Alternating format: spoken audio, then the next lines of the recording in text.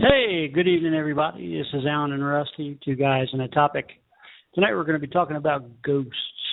We were just talking about it. We've been talking about it for a while, Rusty and I have, and we just wanted to hear what other people had to say about it. I'm not sure myself about the whole situation. When I was a young guy, me and my friend camped out on Salem Church Road. We heard that there was a lady that crossed the road. We stayed out there for about 3 hours, and we didn't see anything.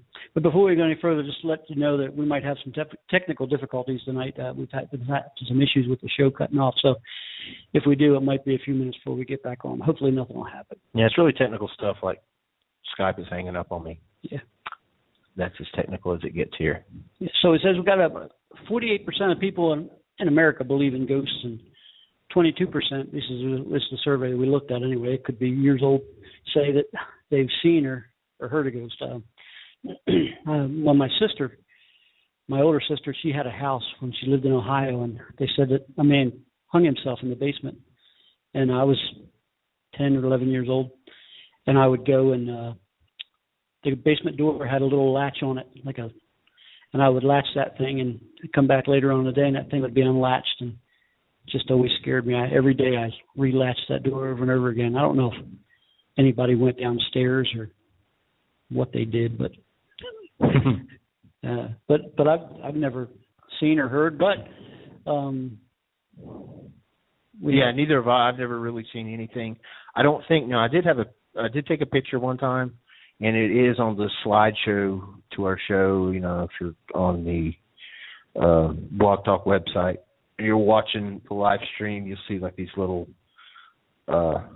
slides, little pictures, and there's one picture there that I took when I was in Gatlinburg, and it was we were on this ghost tour, and they were explaining, like, they called it the real Gatlinburg, which they told of a lot of tragedies and murders that had happened through their accidents and everything that had happened. And that night, the camera battery was going dead in the camera.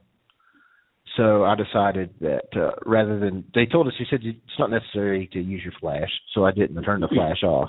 And that little aluminum.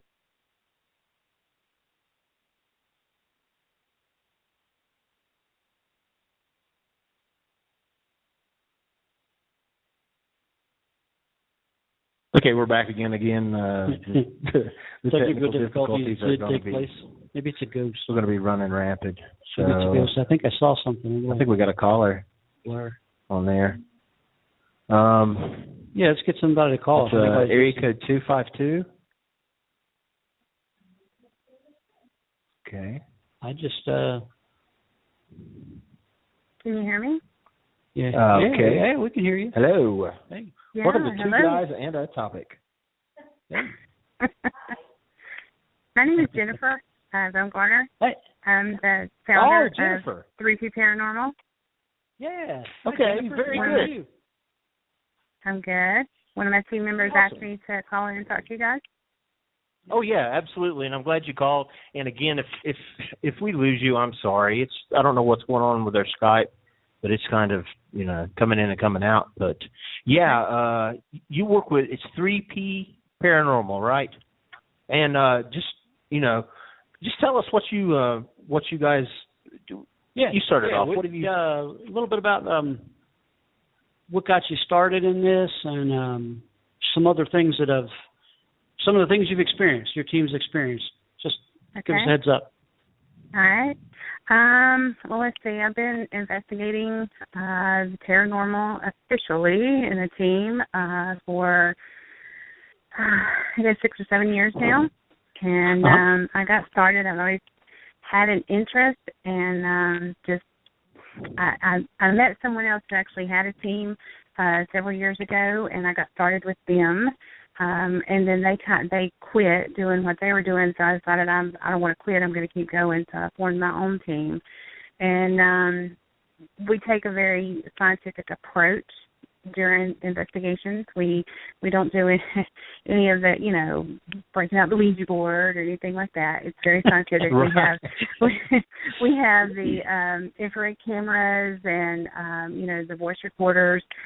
We tend to try to interact with the environment as little as possible, in that we just really are recording what's happening and going on around us. And I have to say that, I personally have had lots of experiences growing up. My husband, who's on the team with me, had never had an experience and didn't believe and thought I was absolutely crazy when I started doing this until he attended an investigation with us. And he had some firsthand experiences that totally changed his mind. And so we've had some pretty radical things happen to us. The voices, no one's there, that we hear audibly with our ears, and then sometimes they're just on the recorder. Sometimes we ask a question and they actually answer us. We've had plenty of evidence of that. We've actually have evidence captured on video of items actually being moved. No one's there. Wow. So, it's years and years of experience. It's just, we have lots and lots of stories. Wow, that's really cool. And I'm glad you called in. And one thing I've always wanted to ask professionals who really, like, we don't know anything about we don't know. And that's kind of the whole thing of our show is we get people on here, we give our opinion, then we actually have somebody on that knows what they're talking about. Because we don't. Okay. But one thing I've always wondered is, why do you think, why, if the ghosts are there and you have seen them, why are they here, and why are there ghosts in some cases and in some cases there's not? Well, that's really the $1 million question. That's why I do what I do, and that's a lot of the reason why several members of my team do what they do, is because that's the question that we're looking for. Why are there instances where they're, like, when you hear, somebody was murdered there, it's definitely going to be haunted. Well, that's not necessarily the case. And then you have places like old schools where no one ever died in the old school, but yet it's haunted. So that's the $1 million question. Why are there spirits there, and why aren't there spirits there? There are tons and tons of theories, but there's no exact science. We have actually done. We actually had access to a place that had lots and lots of activity going on, and we spent about 2 years investigating. We investigated in the morning, in the evening, at night, all hours of the day, full moon, no moon. You name it, any condition that was different, we investigated and re-recorded, and looking for a pattern in some kind of atmosphere. Does the atmosphere have to be just right for you to experience these kinds of things? And to be honest with you, we still have evidence that we haven't looked over because it's just so much. We did so much research that we're still actually pouring over the research. And so there's no good answer. What we find when there's an intelligent haunting, there's a reason that spirit is there. Either they're trying to communicate with someone who's there, or they're caught between worlds. Some spirits cross over. Any medium, we've done a lot of research on mediums as well. Any medium will tell you that spirits cross over. The spirits that cross over actually communicate very differently than spirits that don't. Those are usually not the ones that you're going to catch on a voice recorder and things like that. So somewhere in between, they get stuck. They decide to not go, or they choose not to go, or for some reason. But that's the $1 million question. Why is there some places that are haunted and some are not, and why are they there? I have another question. I don't have an answer. Been on my mind too.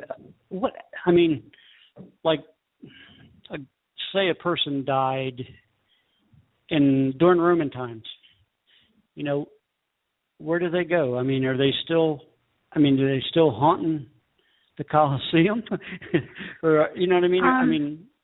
I know that there's not a full-blown answer for any of these questions. I just want to hear what your opinion is on it. Well, it's entirely possible. When there is evidence upon evidence of experiences from, like, at Gettysburg, from Civil War, right. Times that date back. There's evidence being reported and being captured. I mean, even the Bible talks about, Jesus talks about the ghosts and what ghosts look like. It's in the Bible. I mean, right. So I mean, I think it's entirely possible. Yeah. Right, and Alan over here, he's actually a preacher, and he was going to touch on that subject. Yeah. Mm-hmm. In the Old Testament, actually, see, I've never experienced anything or seen anything. And Rusty and I, one of the first times we were talking about it, I said, do you believe? And he said, I don't know. And I said, me either. I said, but there's a reference to a ghost in the Bible. And he was like, really? And in 1 Samuel 28, King Saul called up Samuel. He got the witch of Endor, a Median, to conjure up Samuel. And some people say that it was a demon impersonating Samuel and so on and so forth. But the way I read it, it was Samuel. Yeah. So. Well, and lots of people do believe that what you're hearing or you're making contact with is something like a demon. And we actually have had some experiences, some kind of really bad experiences that we actually ended up determining that probably was the demonic haunting. And we did have to bring in someone to bless the home. But, it's hard to know. It could be that. It could be spirits. It could be our energy being left over. Right. I mean, it's hard to say. That's the reason it's so important. Because it could be. The fact is that I'm left with evidence of something. Something is there. I don't know what it is. I don't know, but I know on that voice recorder, when I hear a voice that wasn't ours, whose is it? Who's saying it? Who's answering my question? Who's moving that object? Who is in that picture? What is that? There's something. There's something there. Yeah. And you can't deny that. So to say it doesn't exist or it can't be, then that's just, you're ignoring stability of something that is there. And it's obviously there. We've caught evidence of it. And that's kind of the thing I've had, because I've known so many, even family members, credible people, who, a lot of people dismiss it as, people seeing things, or maybe they're not right in the head or something. But in all honesty, I know a lot of credible people that have seen this stuff. And I have. I mean, as long as I have been investigating and doing this and going to places and wanting to see, come on, show me a full body apparition. Come on, I want to see it. I want to believe. Let me see it. I never have. Right. I've never seen anything like that. I've heard plenty. I've heard, I can't even begin. I mean, some of the evidence that we have on the website that you can check out and listen to, it'll just blow your mind. They hear your name being called, and or someone else's name, or have them answer your questions. It's, I don't know. So they've actually called out your actual name? Yeah. Oh, plenty of times. Wow. Plenty of times. Were you scared? No. I would be. I don't. I've never really. I would too.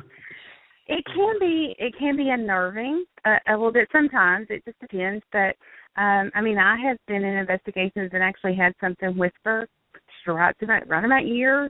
But lots of times, usually, you don't have those experiences during the investigation. Usually it's quiet. You don't have any idea these things are happening at the time of the investigation until you go back and review the evidence. I was reviewing evidence one time. We were doing this investigation at this location. It's on the website. It was the old courthouse there in Jefferson. We were doing an investigation, me and another investigator. There was only two of us in the old courtroom. And we were sitting there. We didn't hear anything at the time. We were sitting there, not a thing. And when I reviewed the evidence, there's these, both of us are sitting down. Neither one of us are walking. And obviously there are footsteps walking through this room by my recorder. You can hear the grit under the boots or whatever, the footsteps. And then this person is breathing. I'm like, that didn't happen when I was there. But there it is on the recorder. Wow. Yeah, so a lot of it you don't hear until you go review the evidence. And then when you review the evidence, it's pretty amazing. And we're very careful about strategically placing our voice recorders and our cameras and our infrared cameras to make sure that we can corroborate evidence. So if we hear something on the recorder, we'll go back and review it on another video to make sure, hey, you didn't say that, you weren't moving, you weren't walking, where did that come from? And, and at that exact moment when we can see both of us clearly sitting down, neither one of us is walking and no one in the room was walking, someone was there walking that we couldn't see or hear at the time. So yeah, I don't think I'd be able to do it with Rusty because no. We'd be in well, for one thing, we would be pranking each other so much. Yeah, we wouldn't know what anyways. So what's your favorite part of doing this? Is it actually being there, or is it doing the research afterwards?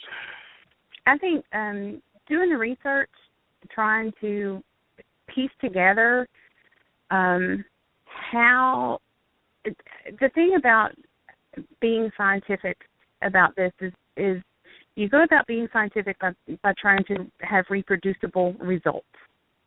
And that's what we have, that's what we attempt to do every time that we go. We record everything from the moon phase to the temperature to the humidity to everything.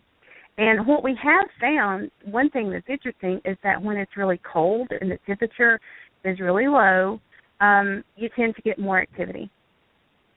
And so that's one thing that we have found. And I know you know where Grandfather Mountain is. So if you stand on Grandfather Mountain on a really nice, beautiful, cold day, you can see Charlotte. Right? Have you ever seen that picture where you can see Charlotte from Grandfather Mountain? Okay, so is the air, is it thinner? What's happening? What's happening when the temperature is so low that it makes it more conducive for entities or whatever this is trying to communicate with you? But that's one thing that we have figured out. So, or that we have found consistent. Right, and one thing, and I love amateur astronomy, and one thing I found, in the wintertime, the colder the air, the clearer. So, I don't know how that could maybe relate. But, well, the idea is that we're all energy. So when we die, our spirit leaves us its energy. It has to go somewhere. And if that's the way that they're communicating, now, a medium will tell you that that's how a medium will communicate with spirits that have passed or spirits that are still here, passed over, it doesn't matter. They have to match up their energy waves with that of the other person, and that's how they're able to communicate. So that's something unique that a medium can do, that they can actually control and send out their own energy to be able to receive someone else's energy. So that's how they make that connection. I don't know if you've ever seen, there's one, I don't particularly like the show Ghost Hunters, but there's one episode of Ghost Hunters where they actually have a medium on there and they have the infrared camera on him and you can actually see his energy coming across the screen and changing the colors. That's what's actually happening.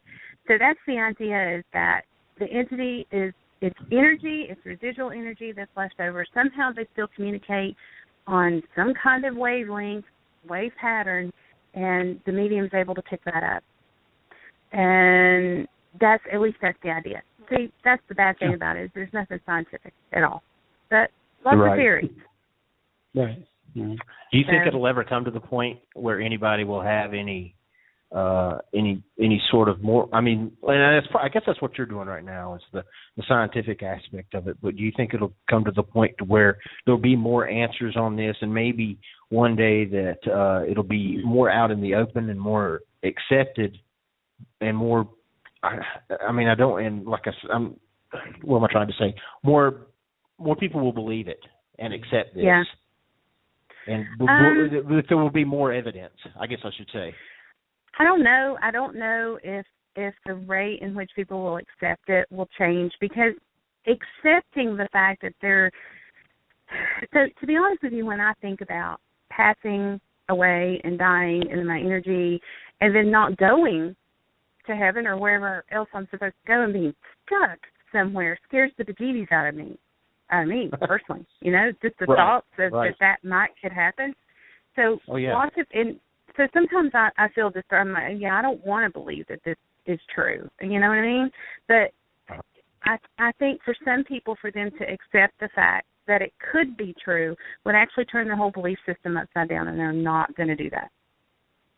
Right. And I mean, I get it. I understand why. And like I say, I'm not sitting here saying that what we're communicating with is spirits or leftover residual energy. I don't know what it is. I just know something is there. But I hope, I think people, I always say, if I could take every skeptic on an investigation with me and they could experience what I have experienced and what my team has experienced, they would be a believer. Because there's no way that you can't, you know? You got to walk away saying, oh, well, something's there. Right. And it, you know, but it would take that, I think, to be able to take the skeptics on those investigations. And that's kind of the thing I had. I don't know if you can even see that photo or not. That was mentioned earlier. I had taken a picture on one of the ghost tours in Gatlinburg, and did you get a chance to see that photo? I did not. Okay. I would like you to actually take a look at it sometime, if you through Facebook or something like that, and just tell me what you think it is, because it was unlike anything I'd ever seen. So, but that's the closest I've ever come, personally. Well, you know, lots of times I always tell people, I wear contacts about people all the time who say, ooh, I left my phone recording, or I left something laying out recording. I always tell people, don't do that unless you're ready to hear what's on there. Because you would really, truly be amazed at how often you are not alone. Wow. You think you are, that's lots kind of of a scary thought. You are not. I know. Well, I know I'm going to sleep better tonight now. Yeah, that brings up a question. It's okay. And saying that, I mean, like if I watch a scary movie and it's really scary to me, there's not many of them that really are anymore. But like when I was younger, you know, I'd watch it. When I watched the movie The Sixth Sense, I was watching it all by myself. It was 11:30, 12 o'clock at night, and when that little boy walked through the hallway with his head half gone, yes, I got me too. These chills, and I got. I mean, so I'm saying, do you ever go home? Does your team ever go home and you're like scared? Yeah, I wouldn't be able to sleep ever. You know, not. I don't personally. I think it's just because I have. I'm careful about what we do. We're very careful. I mean, because we don't know what we are actually dealing with. We actually do. We take precautions. We make sure that we pray before we go in. We pray after we leave, and we make sure that we don't bring anything with us or open ourselves up to anything while we're there. That's what's most important. You don't ever invite anything in. So you have to make sure. I've been doing this for a long time. I've never brought anything home that I know of. That and I have investigated in my own house and actually called about 6 or 7 different voices.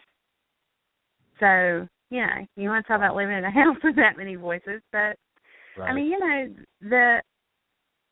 on our website we actually have evidence of our medium communicating with things. And the ironic thing about that is that you can hear the medium say, for example, she says, there's a voice here telling me their stuff doesn't belong here. And we catch an EVP, an electronic voice phenomenon, that catches, it says it right before she says it, doesn't belong here. And then 10 seconds later, the medium says, there's a voice telling me their stuff doesn't belong here. Wow. And then there's another instance that we captured, the medium saying, the voice is telling me she's tired, she just wants to go home. And I mean, 5 seconds after the medium says that, there's a voice, a woman's voice that says, got to go home. Wow. I don't know how you, that's crazy. I don't know how you deny it. I mean, isn't it? It's crazy. To me, that's proof. I mean, whatever that medium is communicating with, whatever they're getting, that's evidence right there that those voices are actually outside of that medium's head. That recorder was sitting beside of them, and they captured it. Right. So that voice is not in their head. That voice is outside of their head. Somehow, some way, they're hearing it. And they will tell you that lots of times, as often as you think you may be alone, you are not. You are surrounded by even your loved ones who watch after you. You have your guardian angels that watch after you. And then you have some that, are just roaming, trying to figure out a way to get home. Right. Wow. So, it's pretty amazing. Well, we want to thank you for calling in. We really appreciate talking to somebody who knows what they're talking about as far as spirits go. We have about 5 minutes left in our regular show, and we had a couple other people who said they were going to call, so we want to see if we can give them a chance to. Definitely so. And before you go, Jennifer, what is the website again? It's 3tparanormal.com. Okay, very good. And you cover pretty much the whole Ashe County and what other territories? We're actually covering Ashe County and then, of course, all the surrounding counties, and I still have my team there, and I am actually located in New Bern, North Carolina, so we're actually covering things in New Bern as well. Awesome. Yeah. We really do appreciate you calling in. That was awesome. Thank you, Jennifer. Right. That was really nice. Right. We okay. really You're enjoyed welcome. speaking with you. Thank Have you. a good night. All right, Thank you. Bye-bye. Sleep good. Bye. Bye-bye. Okay. All right. Well, that was awesome. Yeah, that was cool to actually talk to somebody who Knows what they're talking knows what about, they're talking unlike about, us. not us. And you know what's really cool about that is Skype never dropped That's call. awesome. I was scared to death. Yeah. So, I mean, if we got a couple of minutes left before we go into the recorded section, I think we're going to go over this week because we were actually on a roll. If there's anybody else out there that wants to call in and give us any kind of a shout out. It would be awesome. Shout. But I don't know. She hit on a lot of topics there that really makes you think. I would just be afraid again and there's a couple things actually. Scripture says to be absent from the body is to be present with the Lord. Right. So I mean, I think about that, and then just I'd be afraid that somebody wouldn't be a ghost, it'd be a demon. Right. I mean, but it's awesome. I think it's awesome that they have the prayer before that and everything. That was really awesome. Yeah, Again, that was a good conversation. I was glad she called in. I really am. I'd like to hear more. Oh, I would too. So let's see I wonder if anybody else said they were going to call. Let's check the boards. All right, now we've got 90 seconds on the live, but I guess we're going to have to wrap it up. Because wow, this is great. That's great. This is great. You ruined the sheet, son. That is good. That is good. We are out in. You want to explain this one? We're out in the room, and my 22-year-old son comes running out of the back door with a sheet over his head and holes cut through it. That's great. Whose sheet was that? Get out of here, you moron. That is gold, man. That is gold. Well, I guess we're coming to the end of the show. I don't guess we're getting any more callers. Jennifer, thank you for calling. If you're still listening, Jennifer Baumgartner. Really that was 3pparanormal.com. That was awesome. That was great. This is I really enjoyed this one. I love it was fun. I love the interactivity, if you will. It's just a word. I'm not sure if it is, but it is now. I don't know if there's I coined the term. Else out here in this room. Oh yeah. So if I have ghosts around me, they're probably slapping me in the head. Probably so. Probably so. Giving me a wedgie. That's it. That's the kind of ghosts I have. Wedgie ghosts. Oh yeah. Wet willy ghosts. So ghosts like my son running through the yard in a sheet. Right. So if you're still here, a green sheet, not even a white sheet.